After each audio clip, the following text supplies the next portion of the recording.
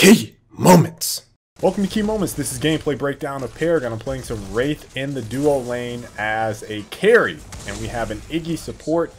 A little odd of a team composition, but it's what the team agreed to play as in the draft. So this was really fun. Now we're playing off against a Iggy offlaner, which made it pretty interesting because we could apply a lot of pressure to this Iggy because we had an Iggy, and they kind of squared off with the turret battle. You guys see our Iggy kept continuously placing a turret in front of that tower to kind of keep that Iggy in check. Now here at about 7 minutes 50 seconds we rotated from our lane after applying so much pressure, and I was able to get that kill on the Crunch there, who was stunned by Gideon. Now that's a tactic I like to use all the time with Wraith, backing up the opponent as they come towards the tower, just so I can apply some more damage before they start damaging me. I do that all the time. You guys have probably seen me do that a couple times inside of mid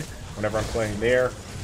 Here at about 10 minutes 15 seconds we grab the giant raptor, the dinosaur fang tooth, and we have that first power up. Now this is a mistake on my part. When I engaged on that enemy Crunch, I should have hit him with Glycerin Dawn. I had my fireball active and I did not do it. If anything, we would have went 1 for 1 there instead of this Iggy getting away and us going 0 for 1 in the exchange. So that was a mistake on my part. I should have just used Glycerin Dawn and tried to blow that Crunch up immediately, then popping with the snipe. We probably would have came away with that kill and gone 1 for 1. Now here a little bit later, another mistake on my part. I should have waited just a smidge longer and used the surprise ultimate as we were approaching this Fang Tooth grab. The enemy team grabbed it anyway, but we could have been in there kind of waiting and anticipating the enemy team rather than me using it so soon, it running out and then getting it. Now here a little bit later, this is just some great team play. Iggy and our team uses his ult, Crunch backs away. Now my mistake here is I should have backed him up way sooner, so I should have sniped, got ready for the backup, because Crunch can charge away, and we would have got a kill on that Crunch. Now Iggy just stayed in a bad spot. He stayed way too close. I was able to light him up, finish him up, didn't even have to use Glycerin Dawn. At about 5 seconds later, Aurora rotates over, and I backed her up, but Iggy ran towards her, so I was like, okay, I gotta use my ult. And now we're in the shadow plane, invisible, and I was hoping Iggy would back off because I didn't want to stay and fight that, and he did.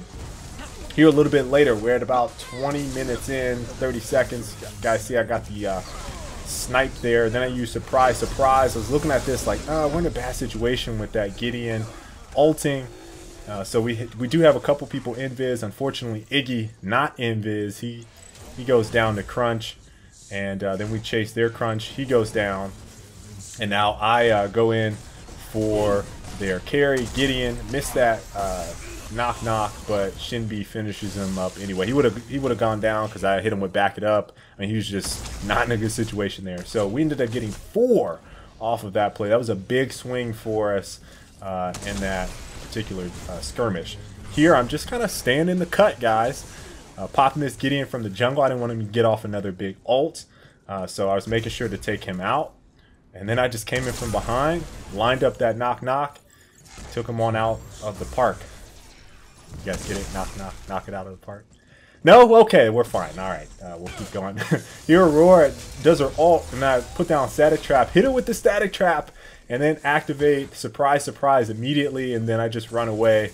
I really wanted to get that kill there on Iggy. Unfortunately, I did not. I think I could have possibly dropped the static trap inside of that turret and possibly got him there, but either way, I was able to get out and get clean. Now this one, this is kind of a suicide play. I wanted to take out their carry. We went 2 for 1 there in exchange. They couldn't apply a whole lot of pressure. What they did do was go for Fang Tooth, which you guys see there, and we went for or Prime. So they took a buff and we took a buff. It's one of the options that you guys have now, making the ability to make plays. So now that we have or Prime, we're trying to go for the jugular.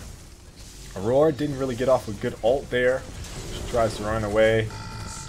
Crunch gets stuck in Gideon's ult, goes down, and once we put you know, those 3 out, it was easy pickings. They have 4 down.